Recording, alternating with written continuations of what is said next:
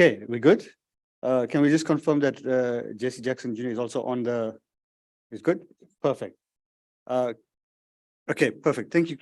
Thank you, ladies and gentlemen. We're going to start. So we have quite an interesting panel for us. We got around 90 minutes, and I'm hoping that we can stick to time to maximize our engagements as well. So we're going to continue this roundtable from the morning session on the visions of the world and communication technologies in media in 21st century. And it's my pleasure to invite our first speaker up, which is Robert Aswell. And he's going to talk to us on Gandhi's seminal and profound influence on Mandela for 15 minutes or so. Thank you. Please put your hands together as you come up.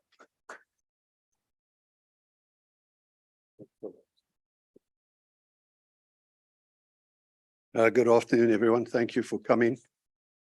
If you need to blink, I suggest you do it now, because I've got 40 years of research documenting every visit to this city by Gandhi and Mandela, and they give me 15 minutes. But that's what you get when David Gengen used to work for me, but obviously things have changed now, so whatever. Quickly, last year I wrote a book in which I documented what I've just spoken about, but that was last year and I'm not getting any younger. So today, I don't want to talk in real detail about Peter Maritzburg. I want to talk more about who were Gandhi and Mandela and what comes through the reading and research that I've done and so on. Very quickly, I was part of the original Gandhi committee formed in the city in 1989. I was a geographer and a city councillor, and it was my job to bamboozle the council that we should have an anti-apartheid figure statue in the middle of this white city. I used a few subterfuge and tricks, but that's a subject for another day. I told them, we've already got Queen Victoria, Peter Tiff, Gerrit Maritz, Shepston, we've got everybody else. And then I said, but the most infamous event in our city's history is what happened to Gandhi at the railway station. And they clearly didn't know what infamous meant. So I thought, hang on, I'm not sad. So I changed it, I said famous. People around the world know us for what happened at the railway station. This will be a great boon for the city's tourism industry. So it passed unanimously. I got involved then in where to put it. We put it in front of the colonial buildings in a pedestrian mall, and one thing led to another. In 1992, I was famous for 15 seconds before crossing the floor and joining. Andy Warhol said everybody deserves to be famous for at least 15 minutes in their life. Joined the ANC in 1992. So obviously then I got to meet Mandela whenever he came to the city. And more specifically in the run-up to the 94 elections, I was asked to organize, put in charge of him, which was kind of interesting, for one day, organize his events. And then in 97, when the city decided to confer freedom of the city on both Mandela in person and obviously Mahatma Gandhi posthumously, the then Mayor Omar Latif asked me to be the organizer, and I then had to discipline people like David Gengen, but we'll come back to that just now. So as I said, I want to talk today about those two people.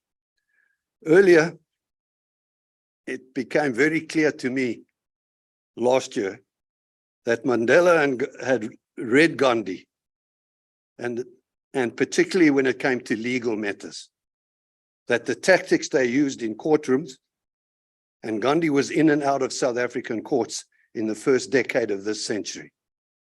So the first thing is no good talking about his borrowed ideas from Gandhi. Had he even read Gandhi? And it's an interesting thing. If Mandela had not gone to the University of the Witwatersrand to study law, where at the time a limited number of Black and Indian students were allowed. And there he came into contact with a number of Indian students and families, Ismail Mia in particular. And Ismail on record that he, not only did Mandela read the books, he gave him Gandhi's books. So we know then that Gandhi had access to those. And in his autobiography and in conversations with myself, Mandela says, yes, I read Gandhi, I read Nehru. And it was a clearly profound influence. At that stage, the young Mandela could be defined as an African nationalist. Pretty much along the ANC at that time. It was a Black African organization. Indians were not part of it.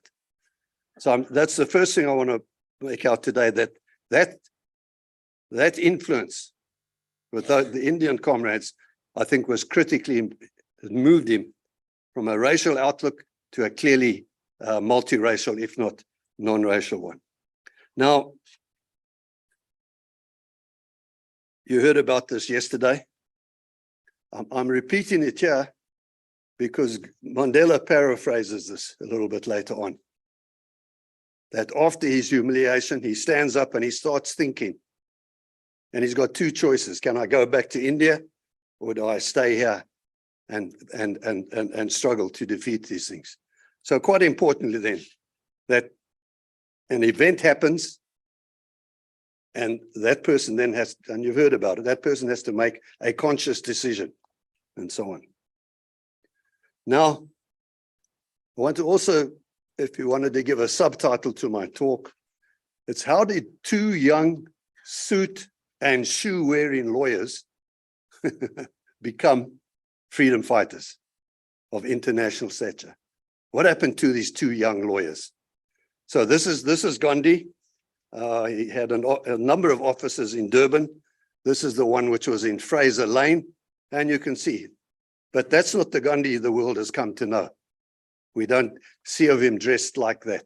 So I'll show you a number of photographs where you can gradually see it, and so on. Interesting, the lady seated on the side there was his secretary, Sonia Schlesien, a Russian lady, and she accompanied Gandhi on almost every visit that he went to. I defy you to show a photograph or a sketch of Gandhi in South Africa where you do not see her in the background or a bicycle. Because whenever he led marches, she would bicycle. So you'll see a photograph, and then quite incidentally, you'll see there's a bicycle on the side, and that's Sonia's bicycle. All right, so Gandhi then, he actually invited, because there's been a lot of debate about satyagraha. What does it mean? Is it non-violence? Is it passive resistance? And I put it to you tonight, Gandhi would not have come up with the term if in fact that's what he meant by it. So I'm not inventing it. Gandhi invented that term. He made it up. He ran a competition in the Indian Opinion newspaper. He invited people, give me names for our struggle. And he got that. Gandhi was on record. He said, listen, satyagraha is soul force, pure and simple. He was being decisive. He wanted to end the debate. Don't say, no, well, it's non-violent, passive resistance. No, it's soul force, pure and simple. Now, somebody had put forward Sadagraha. Gandhi responded, in Indian Opinion, he said, that term did not fully represent the whole idea I wish to connote. Therefore, I corrected it to Satyagraha. Truth, Satya, implies love, whereas Agraha, firmness, engenders and is a synonym for force. So he elaborated. That is to say, the force which is born of truth and love, of non-violence, and I gave up the use of the phrase passive resistance. Critically, he also added, Satyagraha postulates the conquest of the adversary by suffering in one's own person. So you get a number of ideas then of the term. And I think it's important. So also suggests when you read that it's not an overnight thing. How do you become a satyagraha? Yes, you have to believe in nonviolence. You have to stand for truth. You have to be prepared to do a number of things. So it's almost like you have to earn your stripes. You have to earn your stripes. So I'll talk a little bit about that and then try and convince you that Mandela went through the kind, also earned his stripes, and stopped just short of actually calling himself a Satyagraha. Gandhi then, you know, he was due to go back to India. He was persuaded by traders in Durban to stay, to fight against the oppressive legislation coming out of the Natal Legislative Assembly. It's one of those wonderful ironies of history that Gandhi arrives in the same year that the colony of Natal achieves responsible government, which means for the first time they can start drafting their own bills and they can rush them through. They then have to send it to London to the principal secretary of the colonies. That person then takes it to Empress Victoria for her signature. It then becomes law. So Gandhi learned to play that game, that even if you lose in both houses here, you can still make application to the principal secretary in London. That's critically important because a large number of the Indian traders in the Natal colony were British citizens. So the irony was they could vote, they could even stand for parliament in England, and here was a British colony saying, no, you cannot. We don't care who you are, what business you have, whatever, what education you have, you will not have the franchise. So Gandhi thought that that's a huge weakness in this whole armor, and he will appeal then to the British sense of fair play, that this was unjust. So he started off writing letters, and then he went into the business of compiling petitions, and boy, did he compile petitions. There's one that is 235 pages long. I've unrolled it. It wouldn't fit in this room. It contains 889 signatures in a number of languages. And he says it's signed by the traders and Indian community of Durban, Pietermaritzburg, and Dundee. Okay? Protesting against this legislation which said no more Indians can be registered to vote. Right? He also was way ahead of me. He attached a multiple choice questionnaire saying, do you really think this is it? Give me a yes or no answer. Now, despite that petition, the bill was rushed through both houses in one day. Okay? And it gets sent off to London. Now, here's one copy. Obviously, don't worry, I won't show you all of the 235 pages. This is what Gandhi would do. He would send it on to the principal secretary. A number of the Indian families, the Bayats, the Rawats, and so on, still live in Pietermaritzburg to this day.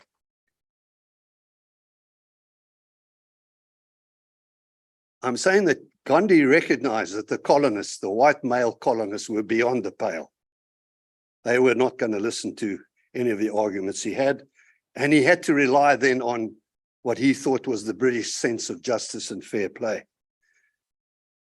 The Prime Minister of Natal at the time, Sir John Robinson, he wrote to the Principal Secretary, trying now to counter Gandhi's argument about how unjust and immoral this legislation was, and he made it very clear.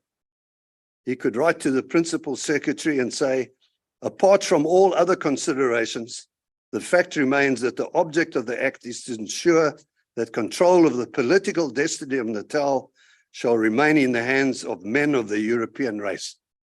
Not hiding anything. Could say quite bluntly, this is what it's about. Robinson went on and said, look, there are only 10,000 white people on the roll. If we grant all of these 8,889 Indians the vote, the next election, this becomes an Indian-run colony.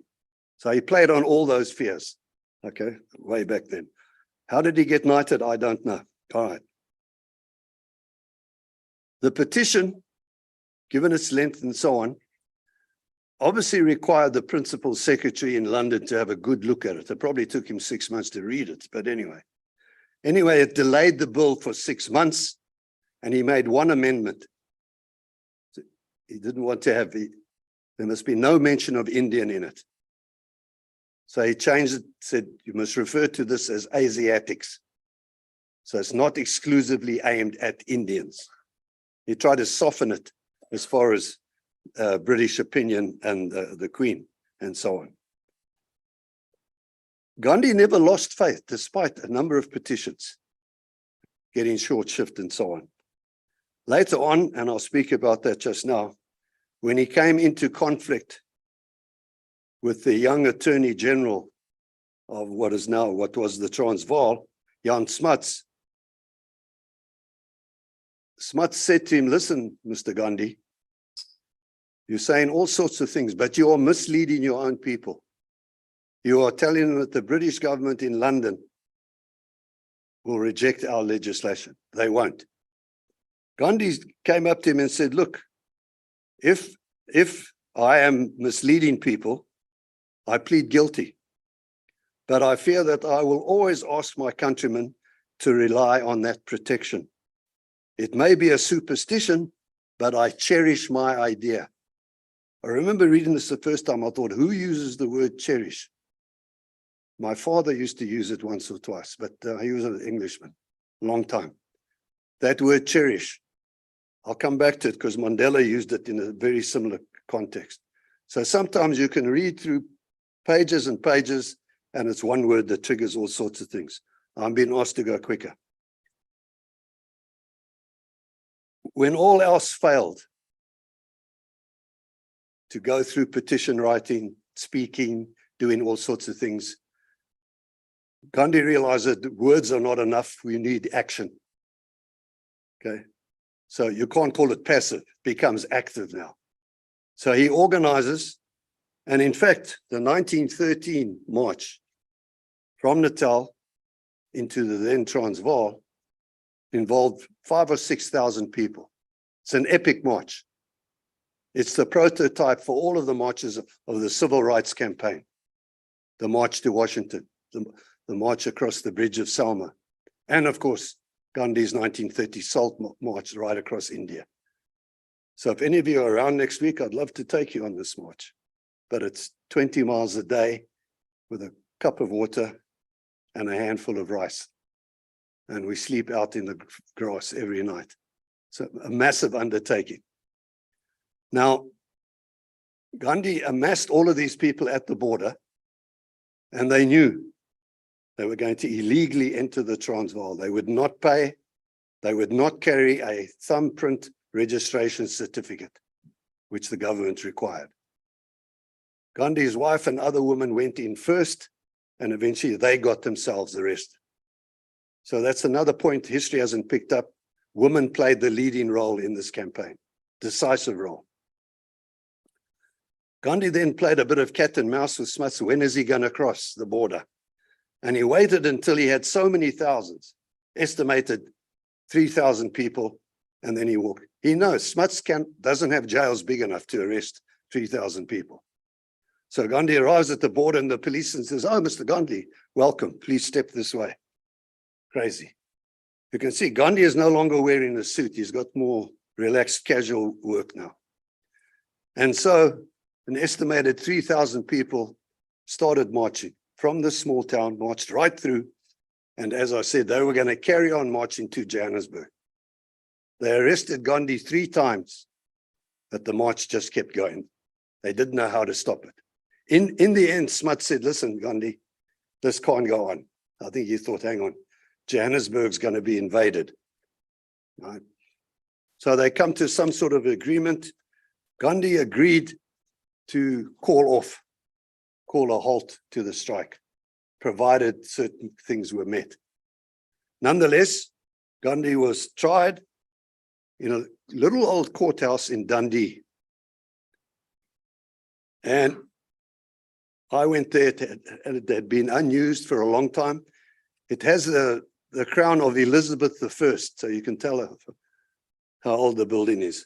I had to go to the police station next door, said, I want to go into the old courthouse. They said, why? I said, no, I just want to look around. They said, but there's nothing in there. It's dirty, it's dusty.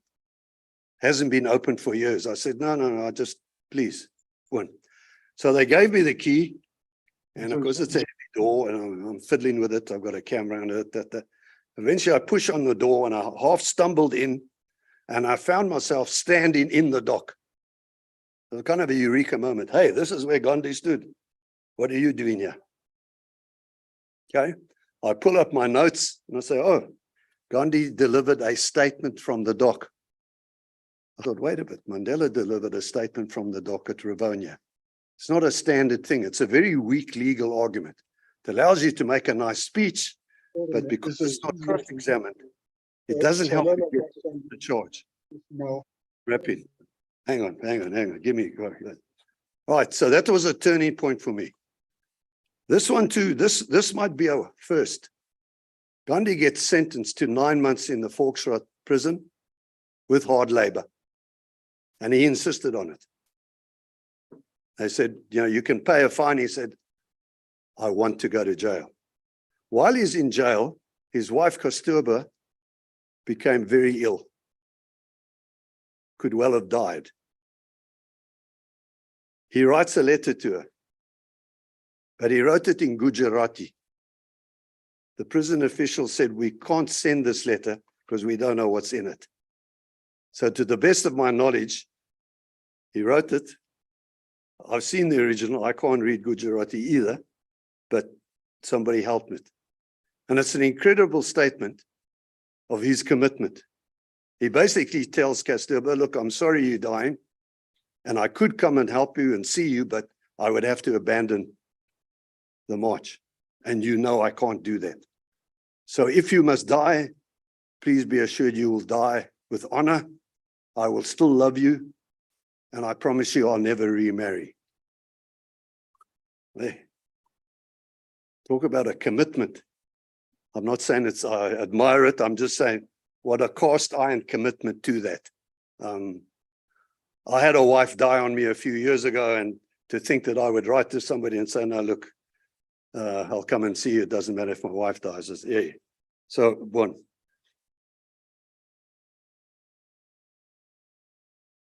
At a subsequent meeting in Johannesburg after one of his trials, Gandhi addressed a crowd. And he said, look, we Indians do not want to wear a dog's collar. So we have put up a fight and we are willing to sacrifice everything. This is the sentiment I have asked of you and advised you, if necessary, to die for. So those two words in commas, if necessary. I'll come back to Mandela. Mandela said, if needs be. All right. So it's very, very similar phrase altogether. So, am I going to get to Mandela? Yeah. One last thing. Despite all his actions with Smuts, while he was in prison, Gandhi made a pair of leather sandals. And you can imagine Jan Smuts, this famous international statesman, I think it blew his mind that his strongest enemy gave him a pair of. Mandela, of course, went to have tea with Mrs. Verwoerd. So their way to come out of jail, out of sentence, and then commit almost unreasonable acts of reconciliation, so on. Right. Gandhi in court and Mandela used the same things. They never really tried to defend themselves. They would try and turn the tables. They'd put the government, the charge of that. They'd say, no. This is not a criminal defense. And they would confuse judges. And they would say to judges, I'm here, give me the sentence. And often judges would say, now that I listen to you, maybe you're right. This is more of a political trial. And there would be no mitigation. Nobody would ask for any mercy. Now you'll find exactly the same tactics at the Rivonia trial. The trialists facing hanging against all their legal advice. They say, Mandela is going to issue a statement. Come hell or high water. We're going to say why we did this, why we didn't do that. That's what we're going to do. And there will be no whatever. If we get sentenced to hang, that's it. We don't want anybody to bring in and plead for mercy. So they adopt a very, I wouldn't like to use the term hard line, but a strict conscious decision that's what's involved there. Now, those of you in the City Hall last night, I mentioned, and they mentioned that Gandhi spoke in the City Hall. And then, of course, you always have to sign the mayor's book. So here's Gandhi's signature, 7/11/1912. Right. Hey, let me just, all right. On another occasion in Maritzburg, Gandhi spoke to what was exclusively an Indian male audience, and he said, freedom has never been won on a bed of roses. Freedom has always been sanctified by the blood of truthful men. If there was any truth in them, they would dedicate their blood to it and die for it, and victory would be theirs. Okay? So yeah, he's gone from a young petition writer, leading marches, he's now standing up and saying, send me to jail, I'll carry on, I'll die if I have to. So he's a freedom fighter, he's a Satyagraha. Simple as that. He's changed. And of course, his clothing has changed as you move along there. Mandela, the young Mandela, here he is. He used to wear tailor-made suits. He was a flashy young lawyer. You often see photographs of him with a cigarette in his mouth. I asked him once, did you smoke? He said, no, I just use it for effect. I wanted to look like a man about town. So he was a flashy, natty dresser. In 1961, he spoke in a small hall in Pietermaritzburg in a natty three-piece tweed suit. Again, like Gandhi, he's a young lawyer. He's dressed as a lawyer. And you all know what a dramatic change.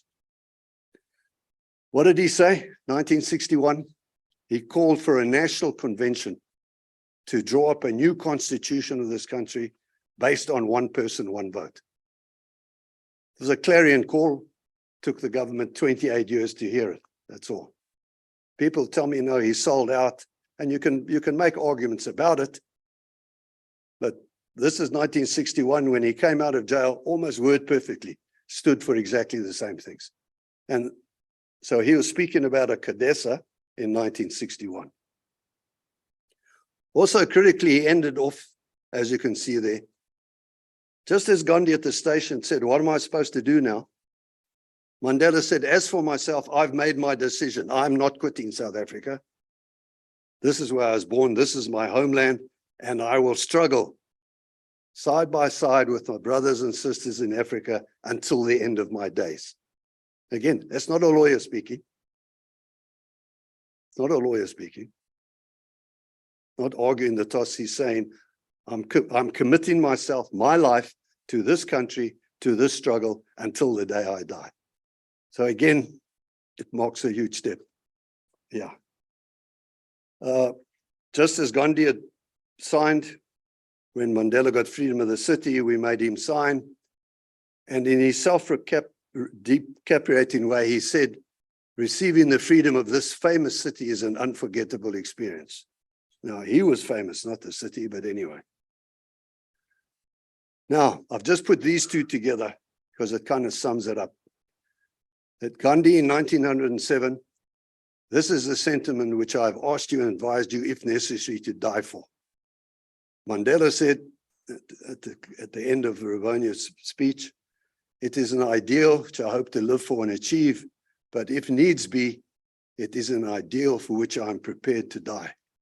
Now, I'm saying the similarity is to. Now, so when I used the word profound in my title, I thought, wait a bit, I'm a common and/or I'm an aging geographer. How do I use a word like Gandhi had a profound effect on Mandela? And I thought, no, I've read it often enough, and to me it's clear. And then blow me down, I reread the speech that he made before the unveiling of the Gandhi statue, and Mandela says, Gandhi's influence, the values of tolerance, mutual respect, and unity, which he stood for, had a profound influence.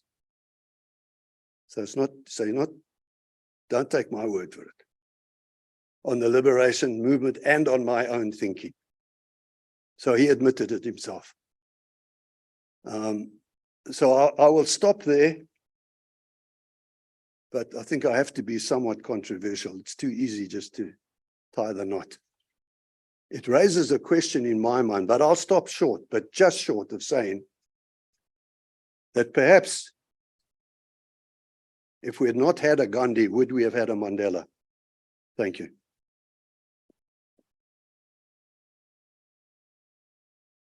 I forgot to change caps when I switched on. Thank you so much. Sorry, apologies for that. Time is a major issue for us. I wish we had more time on this because I think those images were quite profound, using your words that you said. Ladies and gentlemen, it's now a pleasure to call Professor Ellen. He's the director for the International Center of Nonviolence at DUT. And this is quite a fascinating paper. Unfortunately, I have to give you 15 minutes as well, Prof. But this is actually picking up your word from profound. I think this is actually a profound topic as well, because he's going to talk to us about GMK, a missing link, L for Luthuli. And I think this shifts the debate a bit. This is fascinating. Thank you. Please put your hands together. Okay, can we? Thanks. I just want to use my computer, please. I need to read it, but can you just maybe close the screen and just close the issue is here. There's one issue. The stream for the Zoom is coming. okay. Running all the slides. Right, I don't have a presentation. I just need to read my paper. So can they still get it through the microphone? Can you say there's something on the side? Okay. We see if we can make it. Brilliant. You want me to get a woman mic and this is the table they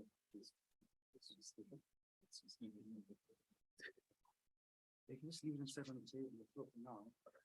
On a chair, maybe? Yeah. Take my chair.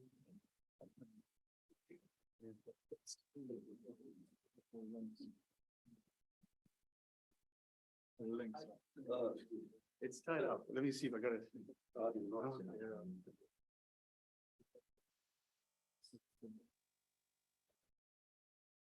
And you don't have a chair. Nah,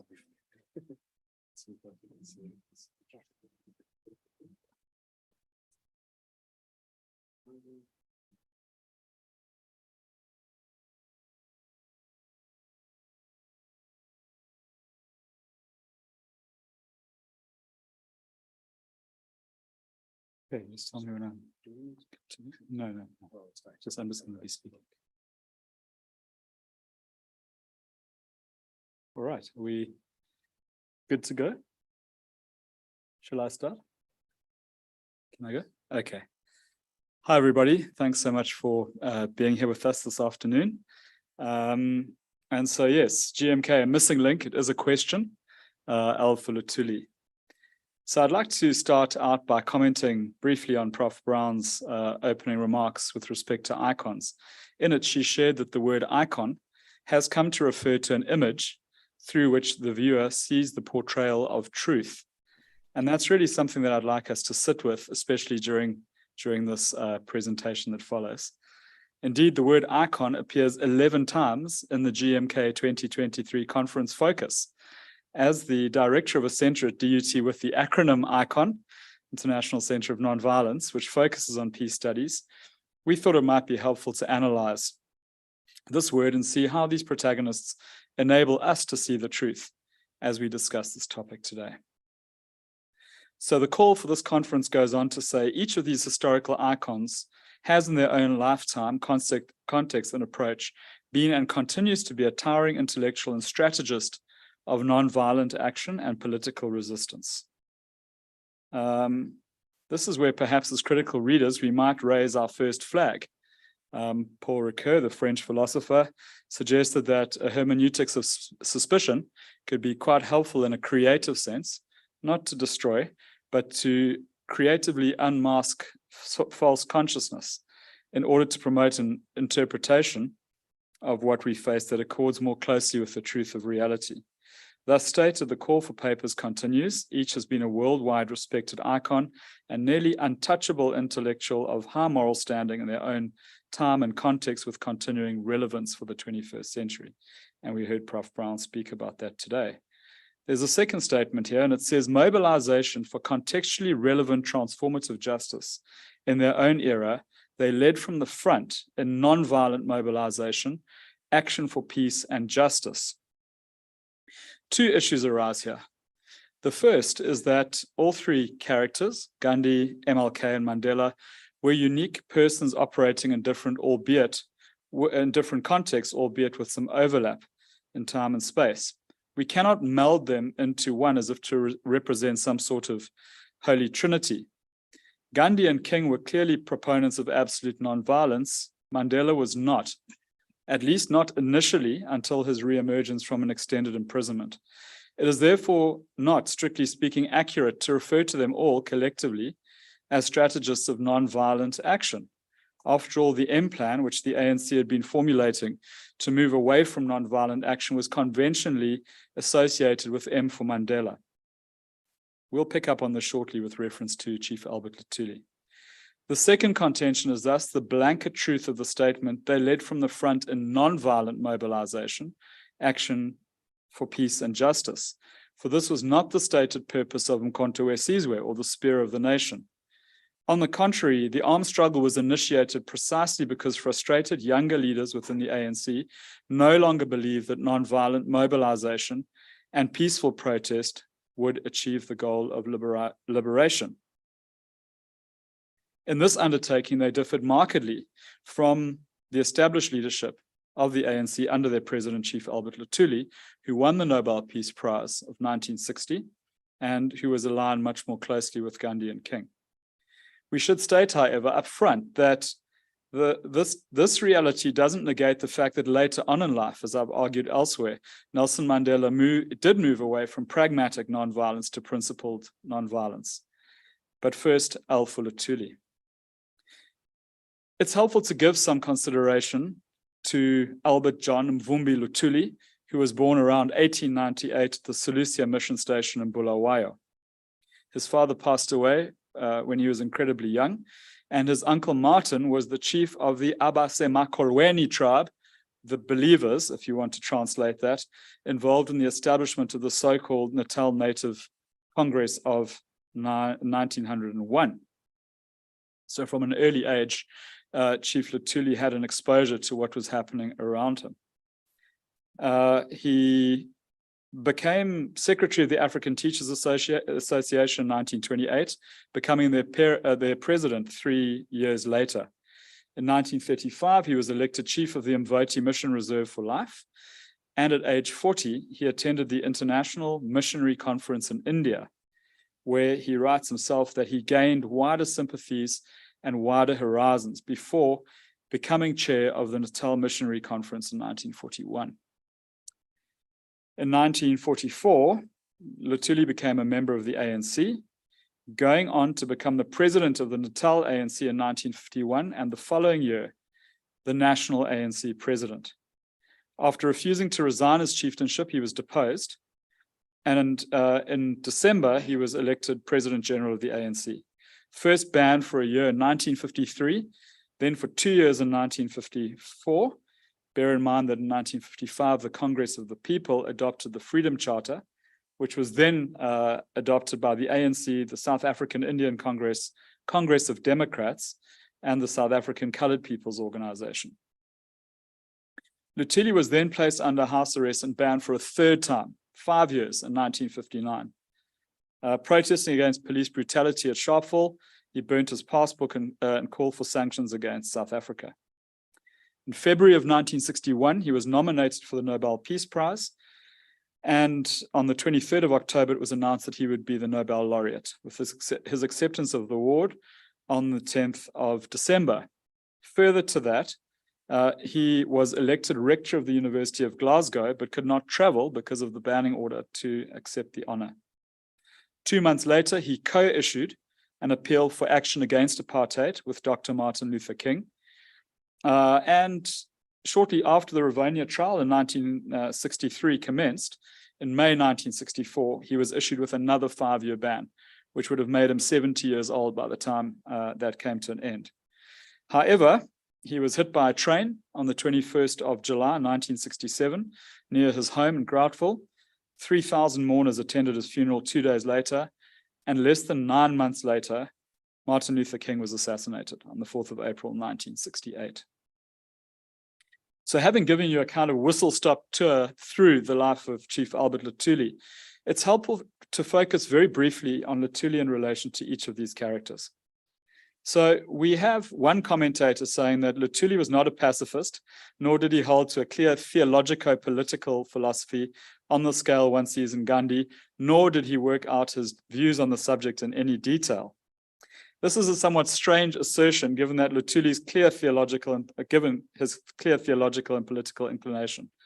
As Cooper recognizes, Luthuli, akin to Dube, was an educator, a political leader, and a Christian ambassador seeking racial reconciliation through peaceful means. Violence and revolution were not part of the recipe. Moreover, Luthuli, like Gandhi and King, intentionally used Gandhian strategies of non-violent mobilization in the 1952 and 1954 defiance campaigns, calling on 50,000 freedom volunteers rallied along the lines of Gandhian satyagrahis, or non-violent soldiers of truth. Beyond this, and I think Uma's just stepped out, the Gandhi and Luthuli families were good friends, and the bond has endured to this day. Our own dear Ella's father, Manilal, and Chief Luthuli were often seen together. And on several occasions, a visitor known as Reginald Reynolds said that Gandhi's voice seemed to come through Manilal in his frequent visits to Chief Luthuli.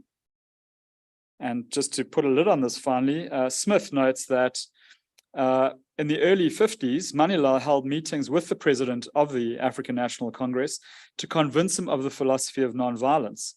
The president saw the value in Manilal Gandhi's philosophy and commitment and committed the Congress to accept nonviolent social change. So that's that link. Luthuli and King. So here comes the next interesting wave of relationship. The context of South Africa in the late 1950s was not an easy one, as is evident in a letter from the South African teenager Herbert Vilakazi, who was residing in the US, to Dr. Martin Luther King on the 25th of October, 1958. I've got to shorten this because I'm going to run out of time. Here's a brief excerpt from the letter. I was born in South Africa, and I think the way they treat us Africans is worse than in the South. I was lucky enough to escape that treatment, but my soul always thinks of my brothers and sisters who are behind. The whites treat the Bantu tribes as though they were non-beings. Then he goes on to end by saying many people here, as in the US, do not realize how badly people in South Africa live. There is nobody who spreads the story. Dr. King wrote back to him. Furthermore, a good friend of Dr. Martin Luther King's, Dr. Bryan, wrote to King on the 10th of October, 1959, and said that he had visited Luthuli without Luthuli knowing about their friendship. He said the greatest inspiration to him was strive toward freedom, and that his eyes were brightest when I referred to him as the King of South Africa, saying his odds are much greater, but he's a profound Christian sharing your views if only the world knew with whom it dealt. Less than 2 months later, Dr. Martin Luther King wrote back to Chief Luthuli and said this: Dr. Bryan spoke of you in very glowing and warm terms. In fact, he said one of the greatest experiences he's had in all of Africa came when he spent those creative moments with you. May I say too that I have admired you tremendously from a distance. You have stood among persecution, abuse, and oppression with a dignity and calmness of spirit seldomly paralleled in human history. One day, all of Africa will be proud of your achievements. Then, just a few months before MLK received the Nobel Peace Prize, James King, a pastor from Ohio, visited him, reported back to Martin Luther King. He said, I asked Chief Luthuli what he would want Americans to know. He said, give my highest regards to Martin Luther. It is not often that we see clergymen taking a stand on such social issues. It means a lot to us here. Martin Luther King is my hero. Luthuli, in return, on his way to Norway, says, we have honored Chief Luthuli for his leadership, and we know how this nonviolence was only met by increasing violence from the state, increasing repression, culminating in the shootings of Sharpeville, and all that's happened since. And when he received the prize, during his acceptance speech, he said, you honor once again Chief Luthuli of South Africa, who struggles with and for his people are still met with the most brutal expressions of man's inhumanity to man. The final character in this, Luthuli and Mandela. So given the rapport between Luthuli, Gandhi indirectly through the family, Martin Luther King, it's puzzling, but that by the time he received the Nobel Peace Prize, MK had already come into focus as a separate, albeit related entity to the ANC. Pillay suggests there appear to be two approaches to ANC history. The dominant and older tradition of nonviolence was part of its initial political philosophy, and in 1912 reached its best manifestation in the life and approach of Luthuli.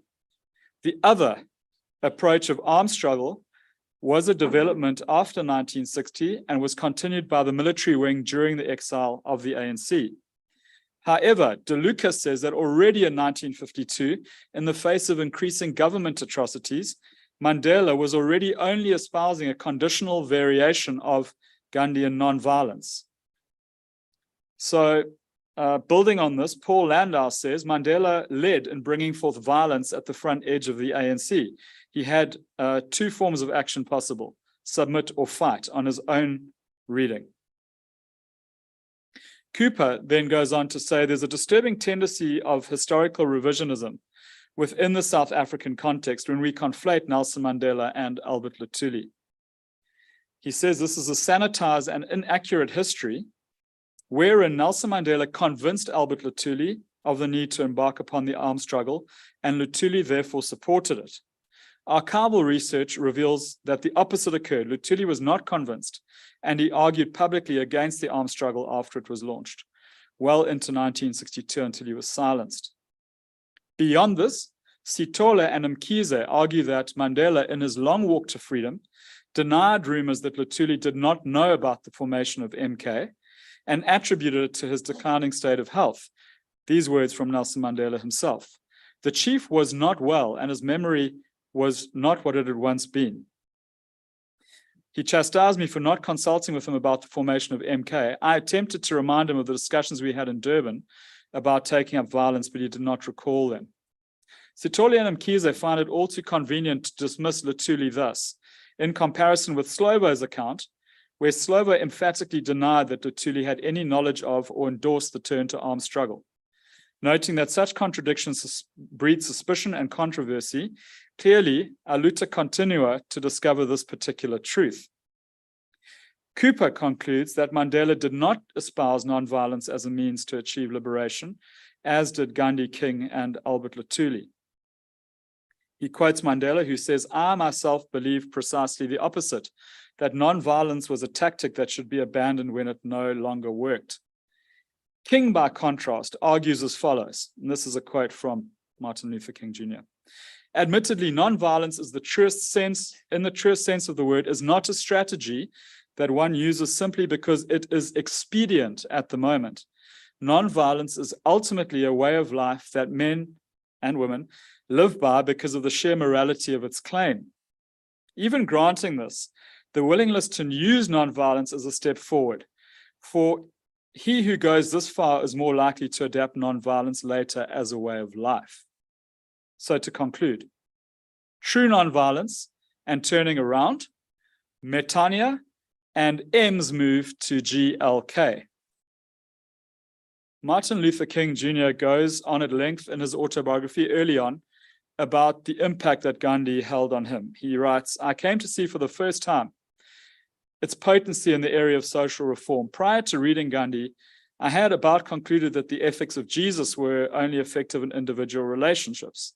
But after reading Gandhi, I saw how utterly mistaken I was." He writes, "Gandhi was probably the first person in history to lift the love ethic of Jesus above mere interaction between individuals to a powerful and effective social force on a large scale. Love for Gandhi was a potent instrument for social and collective transformation. It was in this Gandhian emphasis on love and nonviolence that I discovered the method for social reform that I had been seeking." King goes on to share how in conversation with African students, as in from the continent, he attempted to persuade them that true nonviolent resistance was not an unrealistic submission to evil power, but rather a courageous confrontation of evil by the power of love, in the faith that it's better to be the recipient of violence than the inflictor of it, And the end of this is that you thereby, without reacting, bring about a transformation and change of heart. So it's bearing this in mind that I'd like to revisit my two initial concerns. One, that Mandela, unlike Gandhi, Luthuli, and King, was initially not a strategist of nonviolent action. And secondly, that he led from the front in nonviolent mobilization action for peace and justice, when the record suggests otherwise initially. However, I'd like to argue now that during the course of his life and by the time of his release from prison, he appears to have become a strategist for nonviolent action and one who led from the front with nonviolent mobilization for peace and not only the pursuit of justice. He appears to have shifted increasingly away from expedient nonviolence to embracing peace as a way of life, as was evident after the assassination of Chris Hani, and given his appeals for peace and calm in the face of a seemingly imminent civil war. You can also consider his address to the US Congress in June 1990 to keep our arms locked together so that we form a solid phalanx against racism to ensure that the day comes now, we shall all be entitled to acknowledge the salute when others say of us, blessed are the peacemakers. It's clear that Mandela expresses conscience over the death of Luthuli, as expressed in a letter that he wrote to Nogukanya Luthuli, the chief's widow, on the 8th of June, 1970, when he says, his death was a setback to our efforts to live decent and honorable lives. Elsewhere, besides writing to Alan Paton, I won't get into that now, about Luthuli, he writes in a letter to Yusuf Dadoo in 1975 that during his imprisonment, death appears far more tragic. And after lamenting the death of his own family and relatives, the first person to whom he refers is Chief Luthuli. So perhaps, I'll leave you with this, just perhaps, the old chief wasn't quite as forgetful as Madiba made him out to be. And perhaps, just perhaps, with age and experience, the young firebrand adopted the principled absolute embrace of true nonviolence, not expedient nonviolence, like Gandhi, Luthuli, and King before him, therein coming to share the iconic status of portraying truth. Thank you.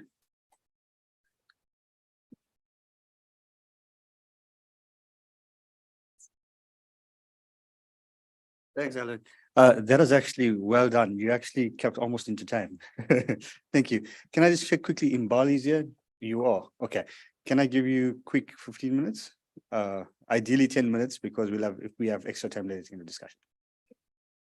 Yeah, because we also still have to have, yeah, we have one panelist are you still waiting to load up? Are you good?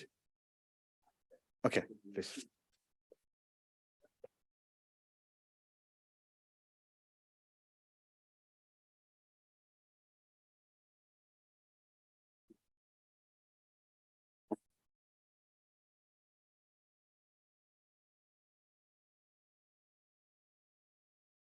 Jenny? It's just my document. I thought I was too late to see my presentation. Okay. Oh, what a pity. Okay.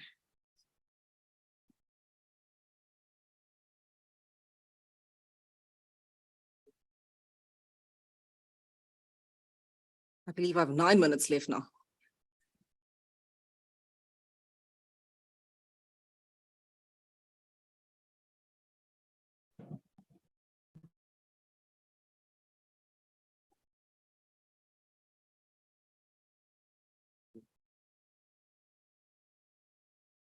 Good afternoon, everyone, and thank you so much for your patience. My name is Mbali Sekhwali. I am a youth leader of the Soka Gakkai International Organization and a practicing Buddhist. I've been practicing since 2015, where I met the practice in Japan. Although my faith has only grown stronger since I returned to South Africa in 2019. So the SGI is a Buddhist network linking more than 12 million people in 192 countries and territories worldwide. So we're quite big. And as an SGI member, we believe that Buddhism is the practical philosophy for individual empowerment and self-transformation. that enables people to fulfill their potential and take responsibility of their own lives. So we've got infinite potential, and it's up to us to take responsibility of our own lives to realize this potential. And as lay believers, so we don't have any deity in our Buddhist organization, we're lay believers. We are engaged and strive every day to live confidently in any circumstance and to contribute to the well-being of family, friends, and the community. The promotion of peace and culture, much like this conference today, is central to our activities. Thank you. So my presentation will look at reclaiming the fullness of our humanity in a digital age. And I'd like to open with the quote from Professor Majid Tehranian, which says, "We live in a world of expanding channels of communication, yet we are sorely in need of dialogue." Right, and as my abstract mentions, we're living in an information age. Global communication is possible. It's instantaneous. It's brought people closer together. However, it's also brought people further apart through increased alienation, isolation, the feeling of isolation and fueling hatred, right? By utilizing online personas and avatars. Right. Information communication technologies have also significantly reduced dialogue, as the quote suggests, through direct communication, weakening human connection, which is essential for Gandhi, Mandela, and King's vision of peace, nonviolence, and creative coexistence. And in addition to this, virtual reality and cyberspace have fostered what Gabriel Marcel termed the spirit of abstractionism. Participation in war and violence becomes even more possible when we deny people their individual character, when we see them as faceless, as avatars. And because of this, it makes them easier opponents in war, because we reduce them to an abstract concept, a virtual reality. By seeing people as abstractions, we do not consider their full humanity. So, ensnared in the spirit of abstractionism, many youth have lost their self-identity and feel a sense of powerlessness. We are all connected in our beautiful, diverse humanity. A critical challenge for us today is to recover our human wholeness and the value and dignity of human beings, and to strengthen our connection and solidarity through mutual dialogue and human-centered technology. Okay, so with the digital media, there has been widespread use of information and communication technologies, which, as I've mentioned, have drastically transformed the way we live, we work, and we communicate with each other. And despite these numerous benefits, there have also been concerns raised by activists, humanitarians, academics such as yourself, and religious organizations like the SGI about the impact on society, the youth, the economy, culture, and our ability to connect on a deep and meaningful level while still valuing the dignity of humanity. Okay, so today I'll explore Martin Luther King, Mahatma Gandhi, and Nelson Mandela's views of peace, nonviolence, and creative coexistence, while discussing their views and insights on communication technology. Okay, I'm also looking at the impacts of ICTs on humanity, and as mentioned, Gabriel Marcel's concept of the spirit of abstractionism on youth identity. Okay, so as we've heard in many conferences today, GMK, if you don't mind me referring to them as that, believed in peace, nonviolence, and creative coexistence as crucial values for establishing a just and equitable society. King considered nonviolence a way of life rooted in belief that all individuals are interconnected and capable of love and compassion. He believed that adopting nonviolence could bring about a transformation in both ourselves and society. Similarly, Gandhi saw nonviolence as a moral force that could awaken the conscience of oppressors and create a more peaceful and fair world. While Mandela was previously, while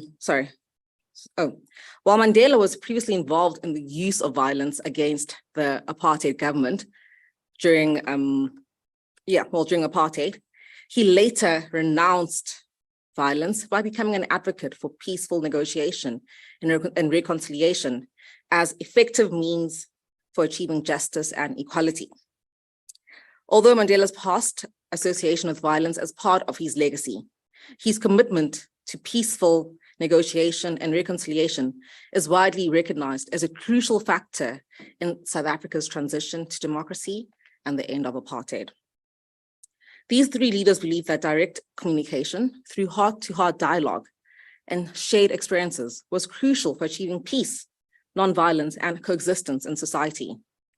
They emphasized the importance of understanding other people's perspectives and experiences through deep empathy, mutual respect, compassion, and even if we don't always agree with them, or we cannot see them as enemies. Through dialogue, we can share our thoughts, feelings, experiences with others, and listen to their perspectives with an open heart. This kind of deep empathy and compassion requires a willingness to listen and be vulnerable, especially for young people who need to connect with others to break down barriers, find common ground, and appreciate differences to foster a sense of community and belonging, which is essential for their well-being and happiness. So, despite the absence of modern communication technologies during his time, Gandhi believed that these tools could unite and disseminate ideas. However, he was acutely aware of their potential for harm and manipulation. He advocated for communication that promoted truth, justice, and morality, while fostering understanding amongst individuals from diverse backgrounds and perspectives. He firmly maintained that responsible and ethical communication practices were crucial and recognized the impact of ICTs on humanity. Gandhi's unwavering conviction in the power of communication to bring about positive change was synonymous with his understanding of the significance of ethical communication practices. This brings us to King.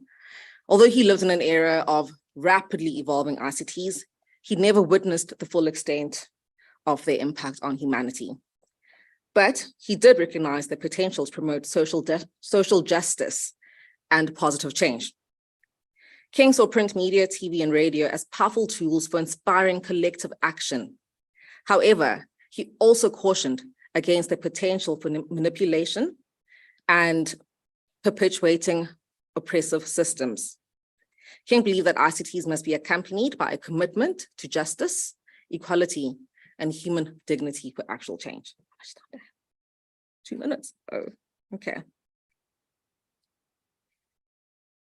Mandela lived in a time of significant innovative change, and he also acknowledged the positive impacts that ICTs could have on promoting and understanding, as well as raising awareness. He also cautioned against the misuse of hate speech and propaganda.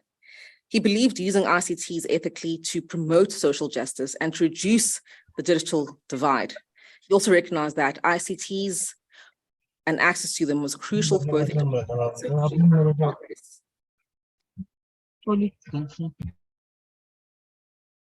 Oh, okay. Media. Okay.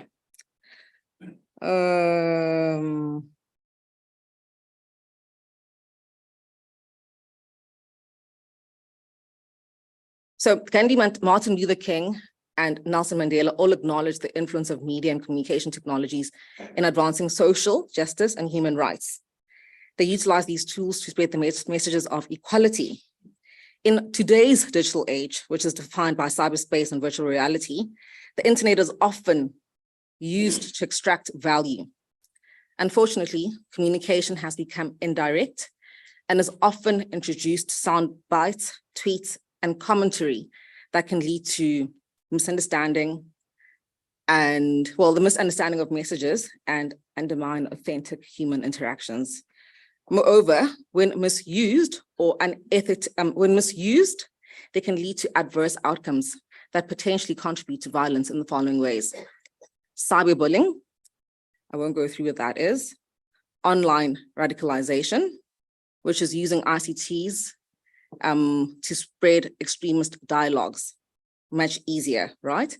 This can result in both online and offline acts of violence.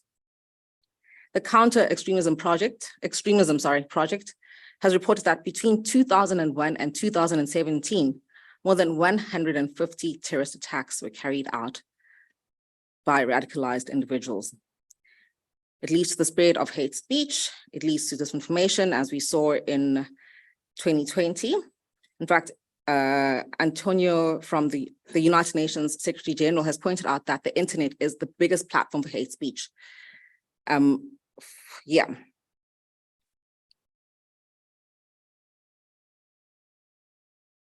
So the argument we make is that, well, sorry, this, using avatars and online aliases to present ourselves can negatively affect humanity. Gabriel Marcel called this the spirit of abstractionism, which he believed was damaging to society. He saw this as a tendency to simplify complex human experiences and relationships into abstract concepts. He argued that modern science and technology often prioritize efficiency and objectivity over subjective experiences and personal relationships, leading to a disconnection from the world. Marcel's analysis emphasizes that, well, it emphasizes the significance of human connection, especially for young individuals who often seek meaning and purpose in a rapidly changing world. He believes that for the youth to cultivate empathy and compassion and recognize themselves as part of he believes that it is essential for the youth to cultivate empathy and compassion and recognize themselves as part of a larger community. Along with social support and education, developing personal responsibility can help them reclaim their humanity. These connections and accountability measures can help young people develop a sense of identity and purpose, even when faced with the challenges of the 21st century. So let's take a moment to discuss how Nichiren Buddhism and the Soka Gakkai play a crucial role in helping regain our humanity. Nichiren Buddhism teaches that every person has a Buddha nature within them, which is the capacity to attain enlightenment in our present being. Today, as discussed, many individuals feel disconnected from themselves, from the world, due to the overwhelming amount of information that they receive. This disconnection has led to alienation, which is especially prevalent amongst young people. Recognizing the interconnectedness of all things is crucial in combating the loneliness and disconnection that plagues the digital age. Nichiren Buddhism emphasizes this critical aspect, encouraging the development of empathy and compassion towards others and breaking down societal barriers. This practice instills individual purpose and meaning, leading to a more compassionate society. Daisaku Ikeda, who is a Buddhist philosophist, has written extensively on Gandhi, Mandela, and King, and considers them visionary leaders. He values Gandhi's concept of true force, Martin Luther King's nonviolence, and Mandela's reconciliation efforts for inspirations for social change and a fair society. The SGI emphasizes using personal challenges and difficulties as opportunities for growth and transformation. To achieve this vision, Gandhi, Mandela, and King, to achieve the vision of Gandhi, Mandela, and King, Ikeda urges individuals to undergo a human revolution. This is a profound inner transformation that can bring positive change to society. Almost done. Human revolution is not seeing something as unusual or extraordinary. It's a revolution in our actions and behavior. A human revolution in a single individual will help achieve a change in the destiny of a nation, and further can even engage and enable change in the destiny of humankind. It offers a way for us to reconnect with ourselves, others, and the natural world, thus reclaiming our humanity. The digital age requires us to cultivate inner strength and resilience to embody our humanity fully. Disconnecting from digital devices and intentionally engaging with the world around us. Prioritizing in-person interactions helps to build relationships, while education and critical thinking are essential for navigating the risks and benefits of digital technologies. Data Cricket advises increasing awareness amongst young people and helping them develop the necessary skills to safely and effectively navigate the digital landscape, while encouraging critical thinking about online interactions and information. Overall, we can reclaim the fullness of our humanity in the digital age by putting our humanity into action, engaging in open-hearted dialogue, and having compassion and empathy for others as global citizens. As Martin Luther King once said, and I quote, "Only through an inner spiritual transformation do we gain strength to fight vigorously the evils of the world in a humble and loving spirit. And although we are many in body, let us strive to become one in mind with Gandhi, Mandela, and King." Sorry. Are we having a discussion or after? We have time. Okay. Thank you so much. I apologize for that, for rushing you. Time is not on our side. Ladies and gentlemen, we now move to a hybrid presentation. We have with us Talela and Jesse Jackson Jr. will join us on Zoom. So we can cue that as well. Please welcome. Thanks.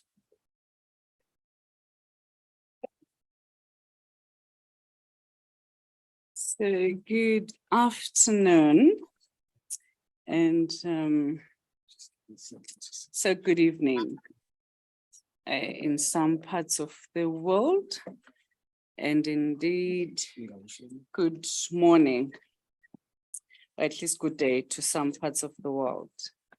I don't intend to take much of your time, and because I would love my friend and fellow comrade and scholar, Jesse, to take more of our time. It is one day I'm willing to share, you know, there's that 50-50 in South Africa, gender equality.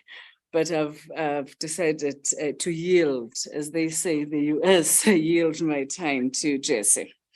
And I hope we're able to see what's on the screen as I try to rush. Our topic, colleagues, this afternoon is Gandhi, Mandela, and King towards a non-violent engagement in the 21st century. And we're locating our paper in these three, at least, context. And there's India, Gandhi of India, there's Martin Luther King of the civil rights movement in the United States. And then there's Mandela of the South African liberation struggle, but as a Southern luminary myself and then the global scholars, a global South scholar, I look at Mandela even broader outside the borders of South Africa, at least, because he's an African. And by virtue of the fact that he's an African, he belongs to all Africans. So Mandela is that Mandela of Africa. So if you see that first picture there that we've decided to choose, these men have got a number of pictures, but we've decided to choose this one. And you look at them, Martin Luther King with that hand, you can recognize that one. You recognize Mandela's fist, which has been known of.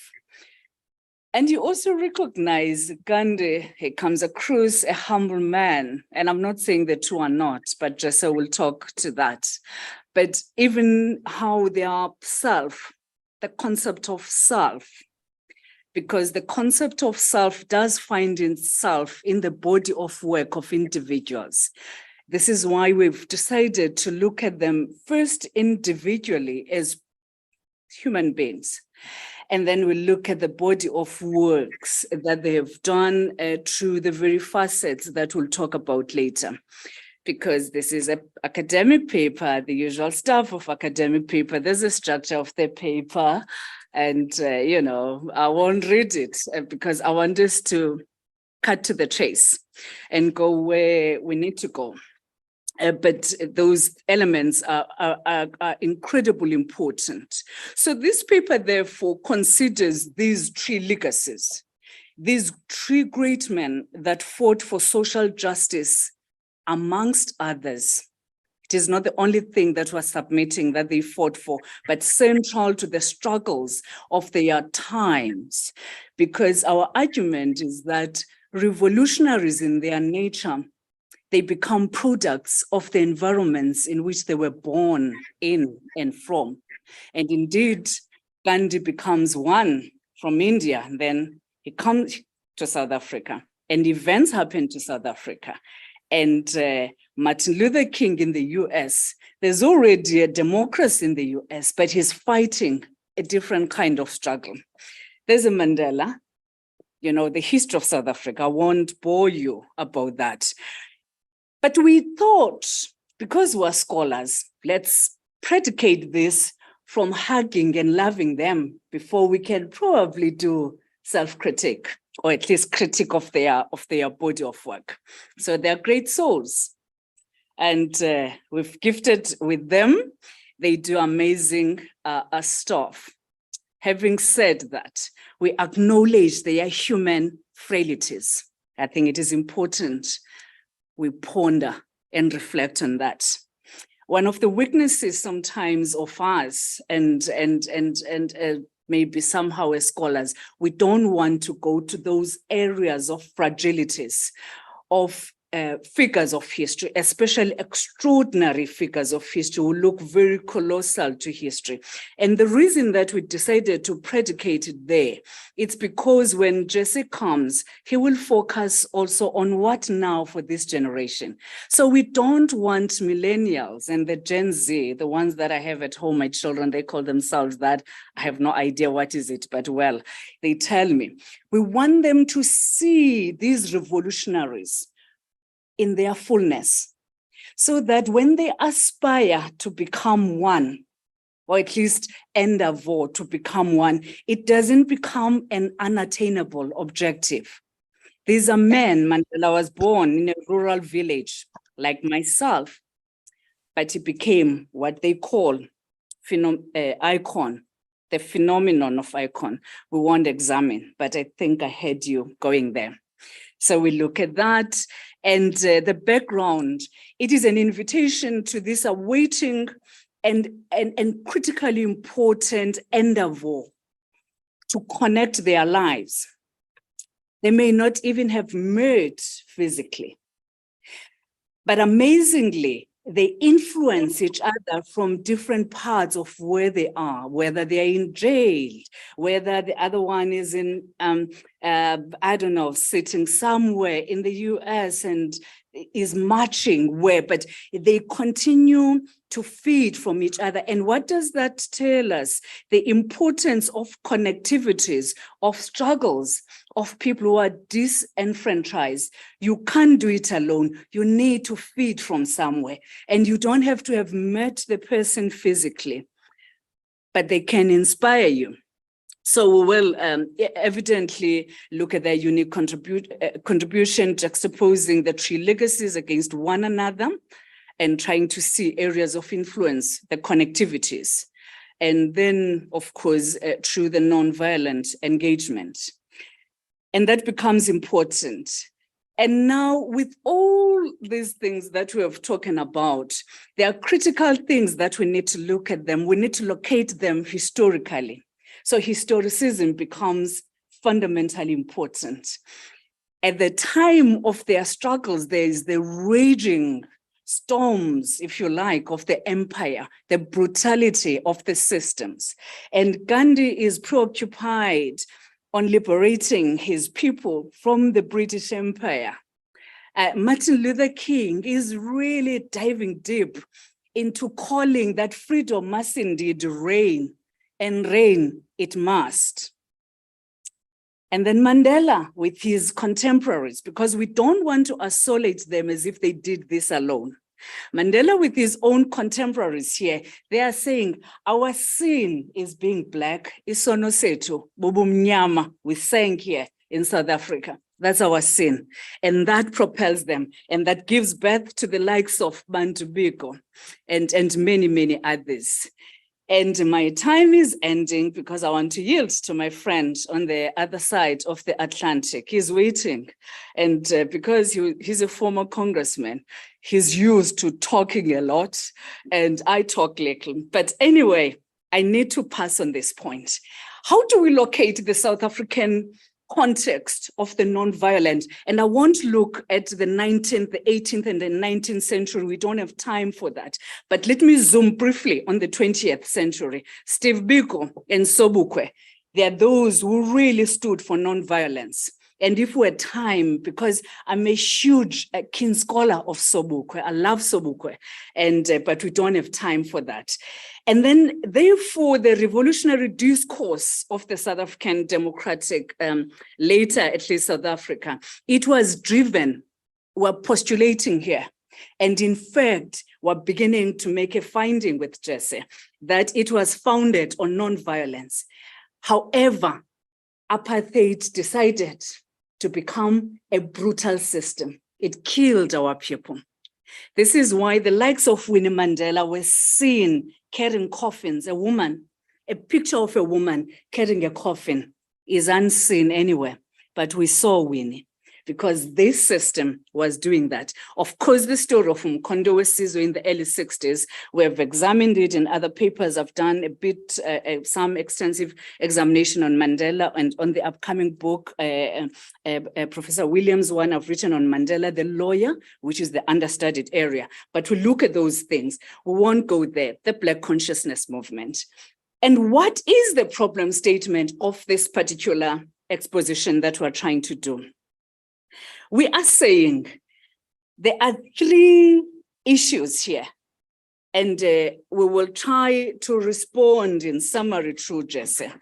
That if you look at these legacies, there are contestations, and any legacy, by the way, is contested. It doesn't matter who that person is. And as a scholar, I am submitting without any shadow of doubt that that contestation must happen. So Gandhi's legacy is contested in some parts of Africa continental, that there were some perceptions that initially it had a racial undertone against Black South Africans, but it evolved. We're not saying that's right or wrong. We're scholars, we're doing our job, we're examining these luminaries. Mandela accused of selling out by this generation, right? And in addition, he never started Mandela as non-violent. We all know that. And then the last point on MLK, he was accused of gradualism when there was urgency of the moment, because people are really, really in dire need. Just so we look at the themes, and they are there to, I won't look at objectives. The key theoretical framework of our paper hinges on the following. Then there's the historical context of colonialism, imperialism, slavery. You will know where. Then there's social justice as a cause. Then there's nonviolent engagement as a tool. Then there's democratic institutions, hopefully as an outcome. And it remains to be seen if indeed that happened, or it's elusive. Those are the themes, Jesse Jackson. And now, sir, it is up to you to take it forth and answer the following. What are these themes? Who connected Gandhi and MLK? And how does Mandela fit into that? Let me Jason, express my what appreciation now for this generation? Let me express my appreciation to Dr. Vika, to Dr. Kumalo, Dr. Smith, and the conference organizers and participants for allowing me the privilege of being present today and to address you. It's an honor for me to participate in this conference. And with limited time, I want to dive right in. When I place the life of Martin Luther King Jr. and Mohandas Gandhi and Nelson Mandela on a timeline from birth to expiration. And I do the same for Martin Luther King Jr. I do the same for Nelson Mandela. The three most significant human rights activists, leaders, historical figures in the 20th century never met. They never personally or physically met, but their dynamic influence upon each other is unmistakable and undeniable. These men meet in a different realm, in spirit. They meet in action. They meet in purpose. They meet in love. They meet in redemption. They meet in mercy. They meet in justice. They meet in reconciliation. They meet in forgiveness. They don't meet necessarily at scholarly conferences. They don't meet in churches. They don't meet in ashrams. They don't meet in mosques. They meet in the existential reality that confronts their people. I would like to argue that they meet in the revolutionary ministry of Jesus of Nazareth, in its closest authentic form as presented by first century Christians, and not the 2,000-year corrupting influences of the church. That's very important, because we can sanitize, the religion builders can continue to sanitize who these men were. But for a new generation, you're going to have to present them authentically. Colonialism was brutal. It was evil. It was painful, and it hurt. Neocolonialism is the same. Segregation was brutal. It was evil. It was painful, and it hurt. Apartheid, brutal, painful, evil, and it hurt. And these men, even with their intellectual capacities, never separated themselves from the struggle of the least of these. The average, ordinary, struggling person in a society, in their societies, and in their contexts. So they meet in spirit, not physically. So demythologizing the religion builders is a significant part of making Gandhi, King, and Mandela acceptable to this generation. I had a good meeting yesterday with Dr. Walter Fluker, a brilliantly written article in the conversation that he published on January 31st in 2019. He refers to Dr. Howard Thurman's work and influence on Martin Luther King Jr. as critical in understanding the bridge between Gandhi and Martin Luther King. There was a great scholarly debate between, in the first half of the century, between Booker T. Washington and W.E.B. Du Bois. W.B. Du Bois believed that Washington's strategy would only serve to perpetuate white oppression, while Booker T. Washington believed in racial solidarity and accommodation. He urged Blacks to accept discrimination for the time being. But it would be W.E.B. Du Bois who would write a letter to Gandhi on February 19th, 1927, and Gandhi's response was very enlightening. The letter read, and I paraphrase, "I am the editor of a small magazine, The Crisis, which has a circulation of about 30,000 copies among educated American Negroes. I very much want a message from you to these 12 million people who are grandchildren of slaves and who amid great difficulties are forging forward in America. Can you grant this request?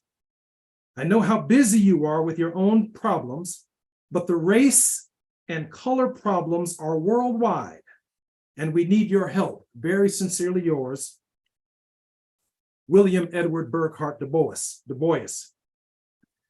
Gandhi responds, "I was delighted to receive your letter with a footnote by Mr. Andrews.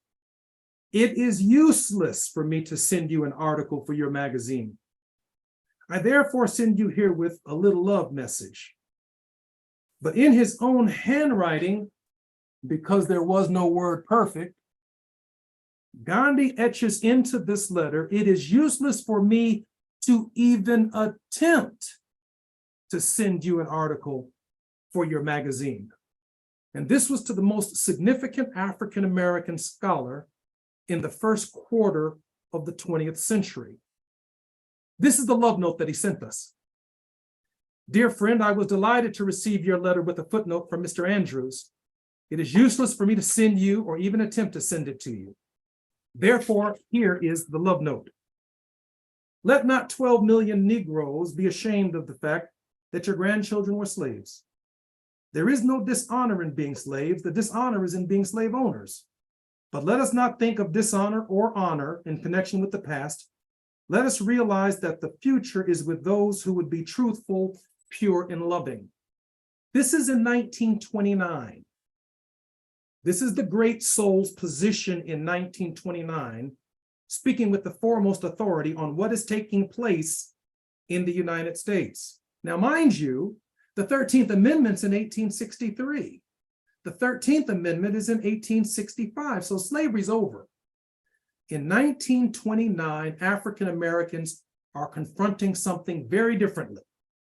Their own form of apartheid, racial segregation, Jim Crow laws, an unprecedented period of lynching and violence against Black people.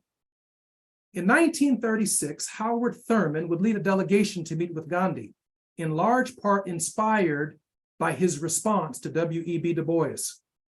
And for 3.5 hours, he would challenge Gandhi on the questions of nonviolent and nonviolence resistance. Gandhi asked Howard Thurman the question, why have Black people adopted Christianity? Why not Islam? At least in Islam, the slave is equal to their master. And after 3 hours of lecturing and speaking and questioning and challenging Gandhi, Gandhi ends with some of the most profound words in human history. It is perhaps that the struggle of nonviolence will be brought to the people of the world by the American Negro.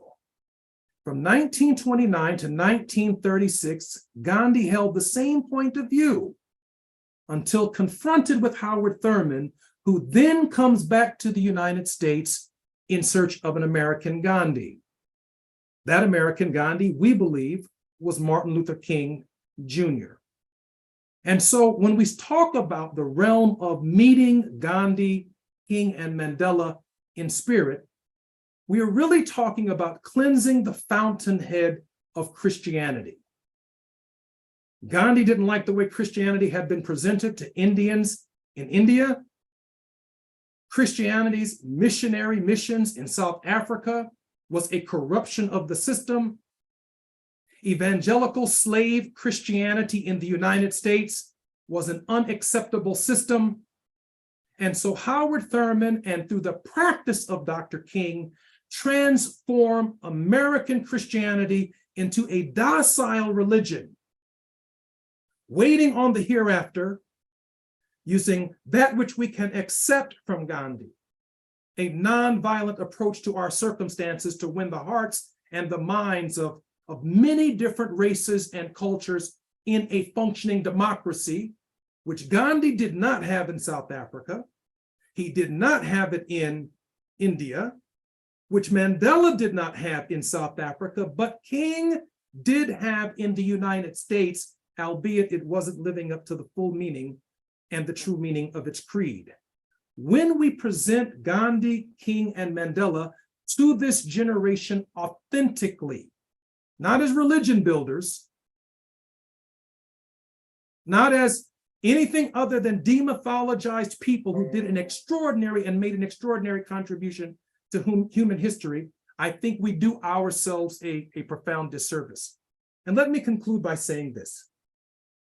It seems to me that there has been a historical put down of people of color, Gandhi, King, and Mandela, and their historical contributions.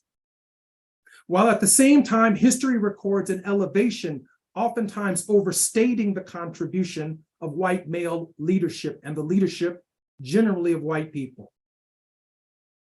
The reason Gandhi, King, and Mandela are such towering figures is that their nonviolent strategies, not only as political strategies, but adhering to the principle as a moral principle, as a way of life, even in their incomplete experiments, even in the case of Gandhi and King's interrupted experiments. A new generation of scholars and people get to take advantage of societies that they would not have been able to take advantage of had these men, and yes, women, not made these sacrifices. I can speak and I conclude on the connectionality between Dr. King, Gandhi, through Howard Thurman, giving Dr. King a method. But it is Walter Sisulu and Winnie Mandela and Lutuli and activists in the United States and in England and around the world. It is while Mandela is in prison, Mandela gets to observe the American experiment. And I know today, as I conclude, that we live in a world of pessimism, an ocean of pessimism. But Gandhi, in his authentic self, we don't have to build a religion for him. King, in his authentic self. Mandela, in his authentic self, that which they did right and that which they did wrong, stand as an island of optimism in a sea of pessimism. And my hopes are that we will see them that way, in their authentic self. And Gandhi and King, at the hour that the world needs them more than ever, and Mandela will rise to the occasion, and their spirit will live through us and succeeding generations. Again, thank you for having me. And Dr. Vika, thank you for letting me participate in this paper.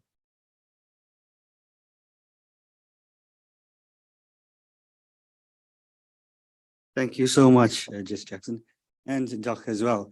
I think we're running short of time, so we won't have time to have questions, but I think that's actually an ideal space for us to stop by demythologizing these three figures. And I think it really captures the essence of some of the elements that we spoke about today as well.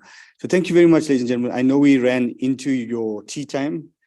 You still have a few minutes, left to grab some tea, and then we'll go into the next session. Thank you so much.